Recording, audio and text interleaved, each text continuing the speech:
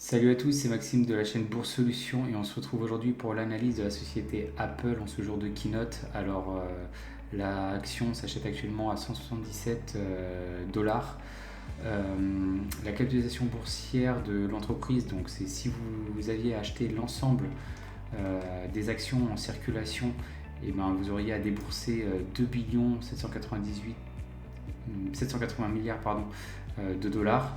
Et quand on la compare à son entreprise value juste ici, qui est en fait le prix que vous avez à payer si vous achetiez l'intégralité des actions et que vous ajoutiez la dette ainsi que le cash qu'elle a en sa possession, donc dans ses comptes en banque. Donc comme on peut le voir, là il y a une différence de simplement 210 milliards de dollars. Et quand on compare au free cash flow qu'elle a généré juste ici l'année dernière, et maintenant on peut voir que la dette peut être finançable en moins de 3 années, ce qui est plus que exceptionnel.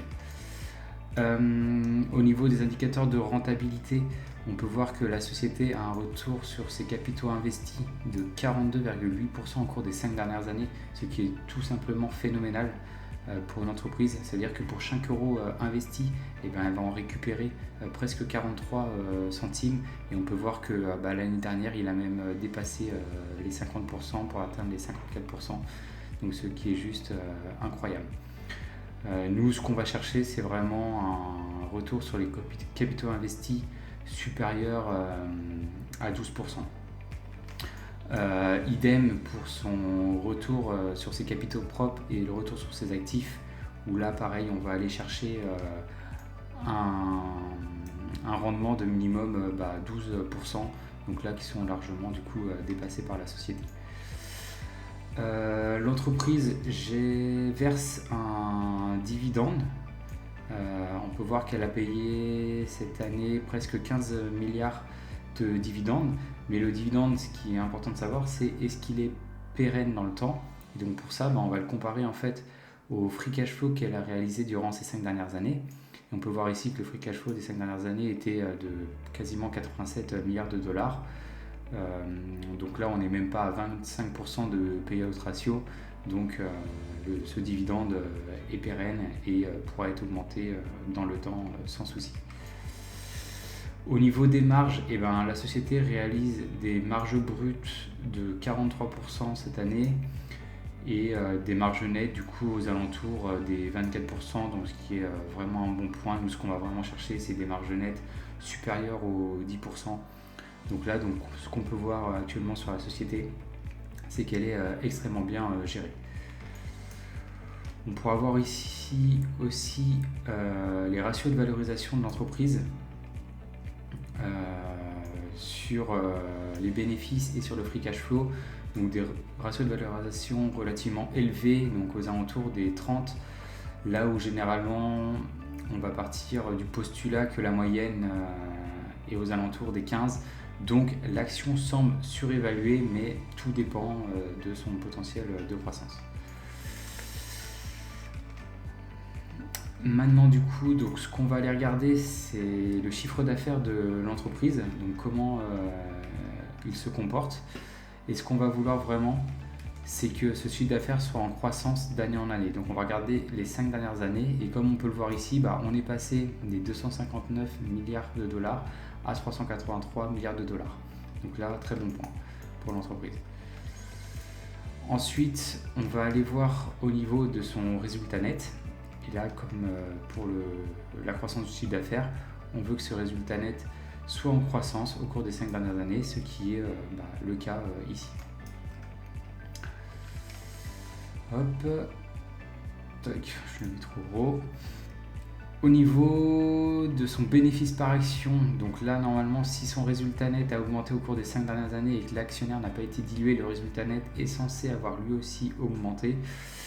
Et ce qui est le cas encore ici, où le résultat a presque été augmenté, même été doublé en fait, a été doublé en 5 ans, ce qui est exceptionnel. Et enfin, ce qu'on va aller regarder, c'est le nombre d'actifs en circulation, qui est très important. Ce qu'on veut, c'est pas que l'entreprise dilue ses actionnaires. Donc on veut que ce chiffre reste constant au fil du temps ou qu'il soit en diminution. Donc là, comme on peut le voir, Il y a 5 ans, le nombre d'actifs en circulation était d'un peu plus de 18 milliards et là, cette année, il n'est plus que de 15 milliards. Alors du coup, c'est un bon point, oui et non. C'est un bon point dans le sens où l'actionnaire ne va pas être dilué, mais quand on compare au ratio de valorisation de l'entreprise, ça veut dire qu'en fait, la société Apple rachète des actions probablement à un prix un peu trop élevé.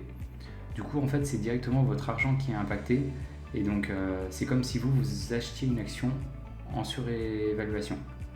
Donc, je ne suis pas forcément favorable à cette baisse des actifs en circulation, surtout avec des prix aussi élevés. Et on peut voir aussi ici que le dividende est en augmentation d'année en année. Maintenant, on va aller regarder du coup au niveau de son free cash flow. Donc le free cash flow, en fait, c'est quoi? Vous pouvez réaliser, on va dire, 5 choses avec.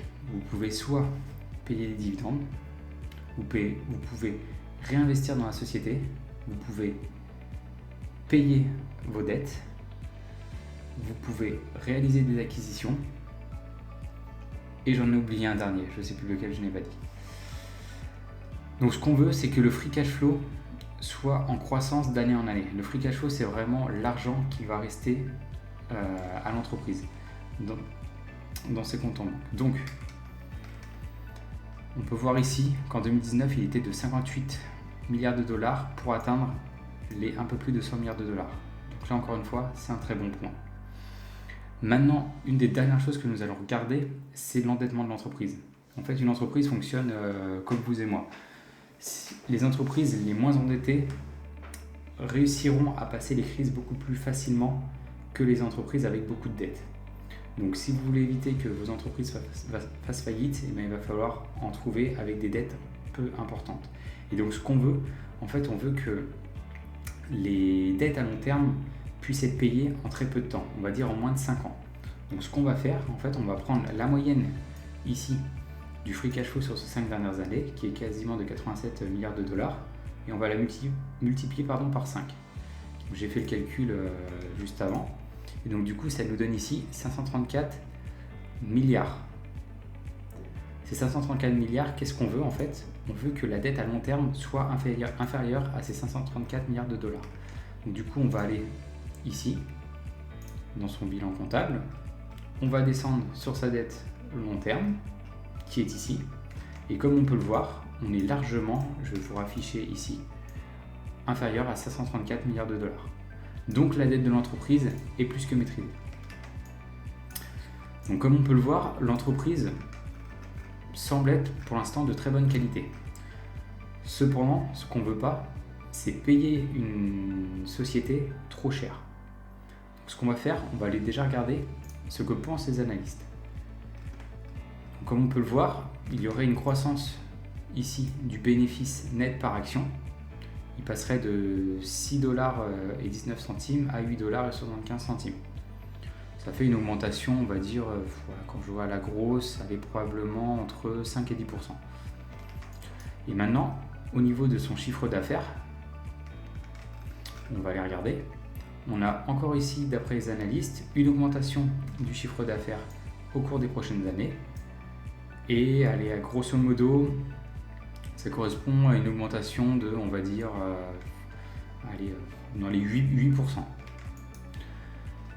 Donc du coup, par rapport à ça, on va essayer de trouver un prix d'achat adéquat pour cette entreprise. Donc souvent les analystes, ils ont tendance à être un peu trop optimistes. Donc du coup, c'est pour cette raison que je vais réaliser 3 estimations. Une estimation plutôt faiblarde, une estimation correcte et une un peu optimiste, on va dire. Donc on va choisir comme croissance du chiffre d'affaires, une croissance de 5% par an, 6,5% par an et 8% par an. Hop, voilà. Ensuite, on va regarder au niveau des marges. Donc, comme on peut le voir ici, en fait, les marges nettes de l'entreprise fluctuent entre 23 et on va dire 25%. Pareil ici pour le free cash flow, où là on est plus entre 25 et 27, on va dire. C'est pour ça que j'ai mis des marges autour des 23, 24, 25 pour les marges nettes et pour les marges sur les free cash flow autour des 25, 26, 27. Maintenant, ce qu'il va falloir donner, c'est un PER et un PCF qu'on pense que l'entreprise vaudra dans 10 ans. Parce que oui, je ne vous ai pas dit, mais ici on réalise une estimation sur 10 années. Donc, il faut savoir qu'en moyenne, le marché S&P 500, sa moyenne historique du PER est de 15. Comme on a pu le voir, Apple, c'est une très bonne société qui, en plus, possède des retours sur ses capitaux investis faramineux, en croissance d'année en année, comme on peut le voir. Voilà, ici. Croissance d'année en année. Donc du coup, cette entreprise mérite mieux que 15 de PER dans 10 ans.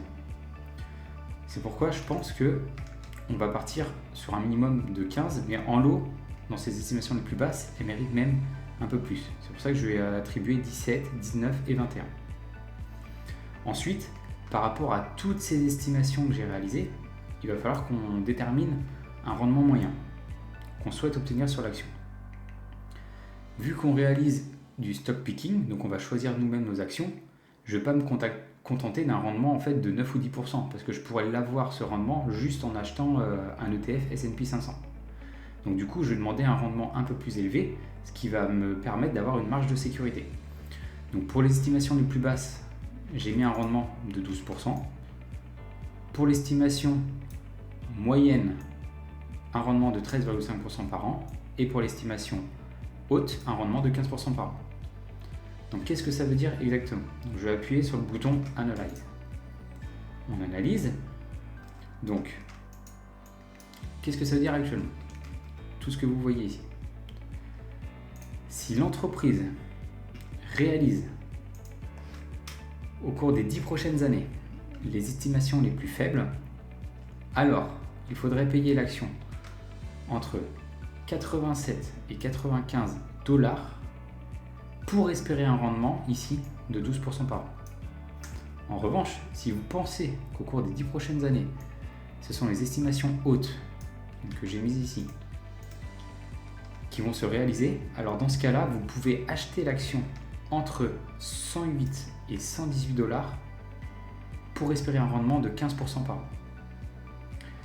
Et les petits chiffres que vous voyez ici actuellement, qu'est-ce qu'ils nous indiquent?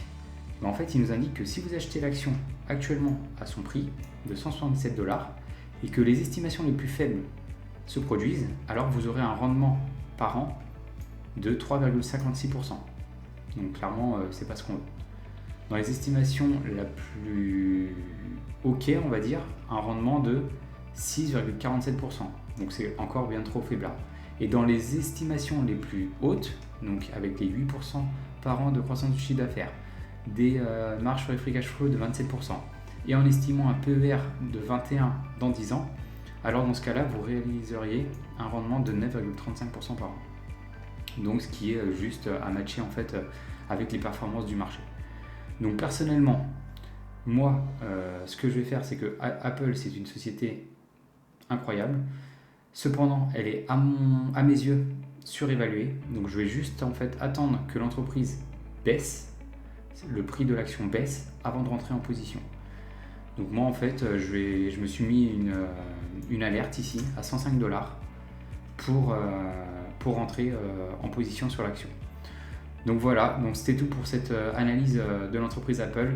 Donc n'hésitez pas à nous indiquer dans les commentaires ce que vous en pensez, vous, de cette entreprise. Et s'il y a des choses que vous n'avez pas compris, peut-être que c'est un peu troublant pour vous cette analyse, mais n'hésitez pas à laisser des commentaires et on vous répondra. Allez, ciao!